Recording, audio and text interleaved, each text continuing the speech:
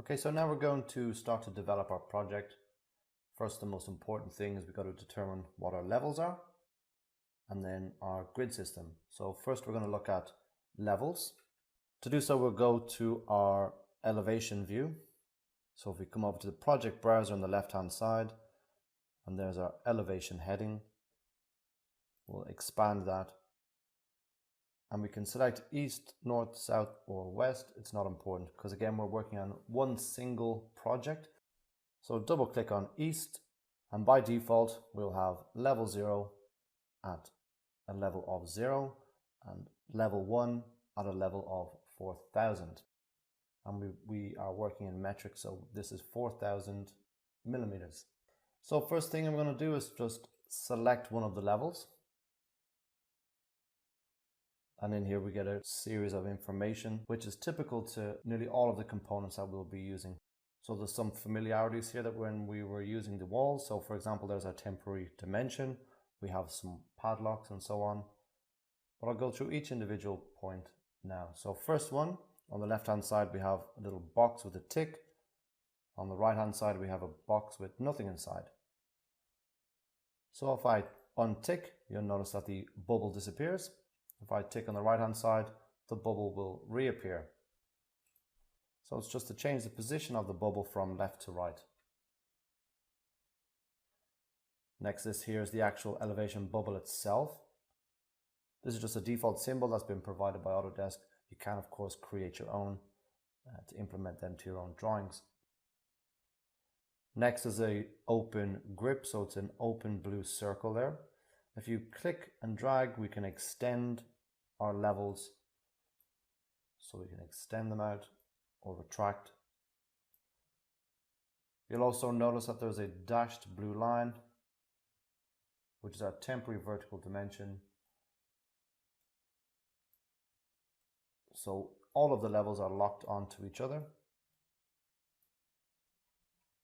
If we wanted to move one level by itself without being locked to the others, we'll simply click on the padlock. It's now unlocked from the lower level and I can now move it freely.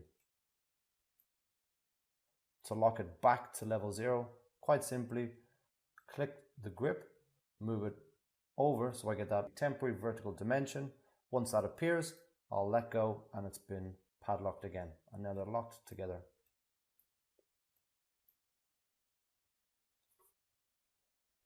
Next we have where we have level 1. This is the name of our level. Below that where we have 4,000, that's the actual level itself. The dashed blue line here is the actual level line. Again, we have the similarities on the left hand side, so there's our open grip or padlock. So to adjust the level, first I'll select the level I want to move. And I have two options. I can either select the level text where we have 4,000. I can then enter in a new level, pressing enter, or I can use the temporary dimension, select and bring it back up to 4,000. Again, there's another option. Again, once I select the level, you'll notice my properties palette changes and takes on the properties of the level. In there as well, I can change the elevation. So select 4,000, bring it back to 3,000. For the properties to take effect of that level, we'd either come down to press apply or simply move the cursor into the drawing and then those changes will take effect.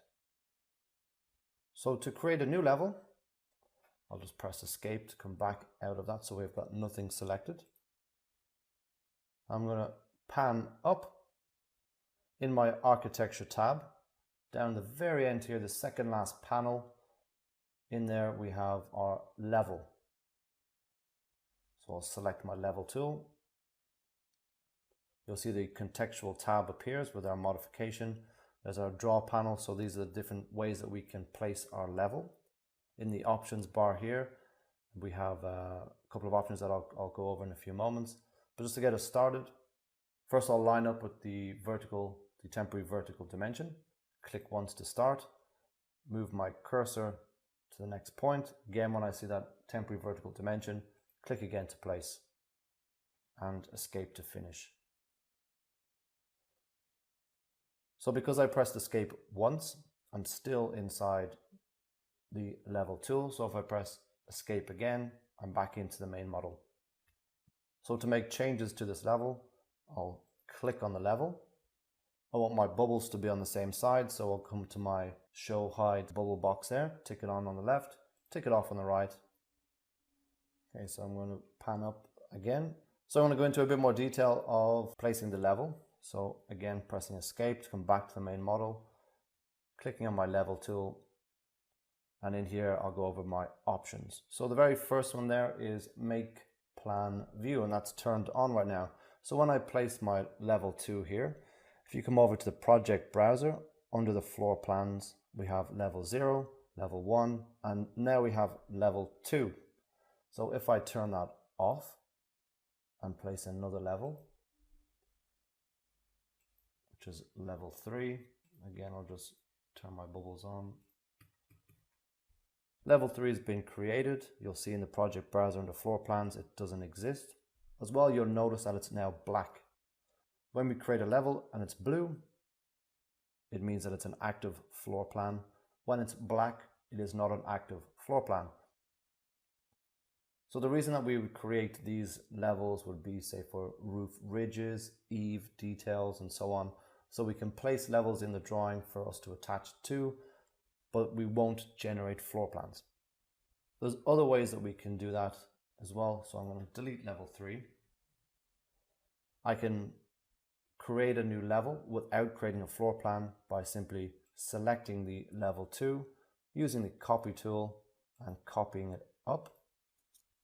Again, we'll get level 4, and you'll notice that it's black, so the level hasn't been created. So if I use the copy tool and copy a level, it will not automatically be a floor plan. If I wanted to copy my level 2 up and to make it a floor plan, I can select it. In the modify section, we have create, and there's create similar.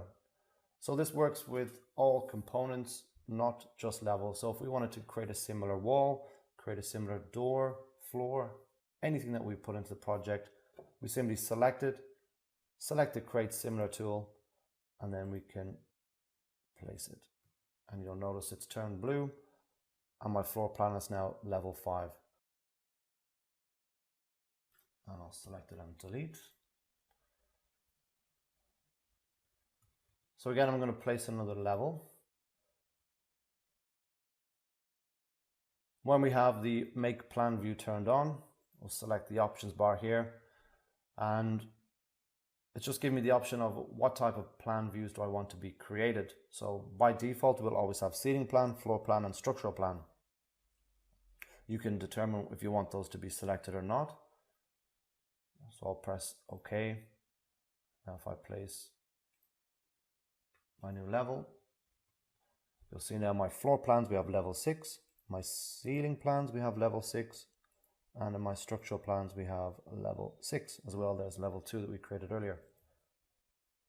So if you're creating a new level, you can, if you only wanted one or the other, you can simply just select and delete. And I'll select and delete level 6. As well, when placing a level, when we draw, we can add an offset. So if I have an offset of, say, 1000, when I draw and place, my level is offset below 1000 right now. So if I hit the space bar, it will be 1000 above.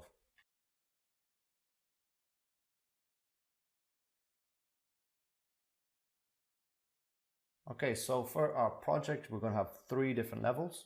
Our ground floor at level 0, our first floor at level 3000, and our roof level at 6000. So first we're going to change our level heights. So level 0 we'll leave at 0.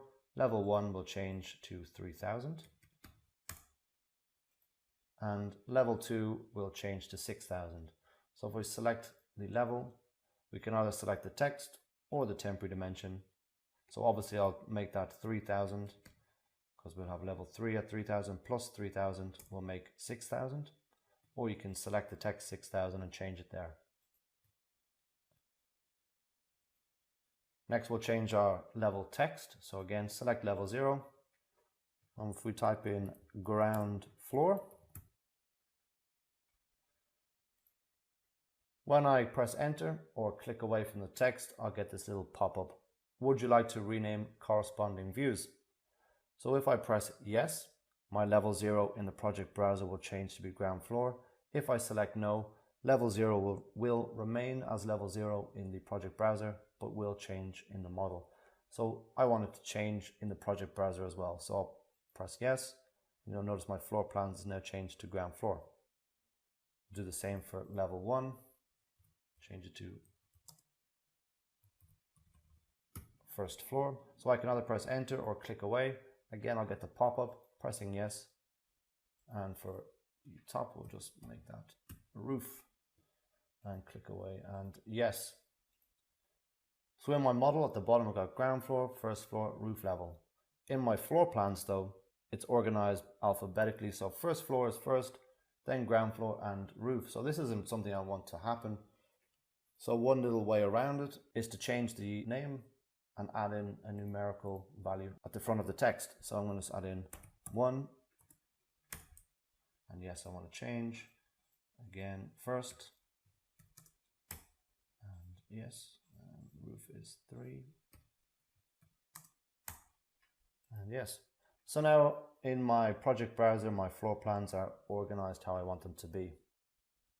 And then I can extend out all 3 together by using that grip, and they're all attached.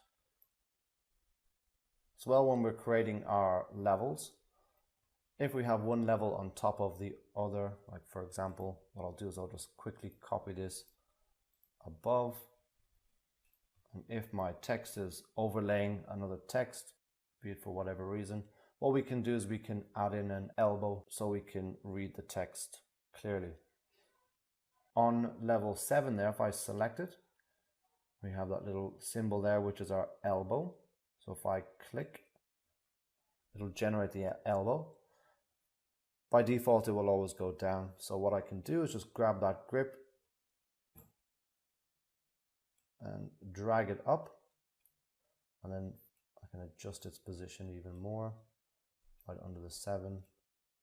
Like so. So the level itself doesn't actually change, as it's still 6920, but just I've moved the bubble and text away from the roof level so I can read it clearly. Then to remove the elbow, I'll come on the outer grip here and just pull it down until I feel it jump. When it does, I'll just let go and the elbow is removed. So I'll just select that level 7 and delete. So if we double click the wheel, it will zoom extents and bring our levels into the picture.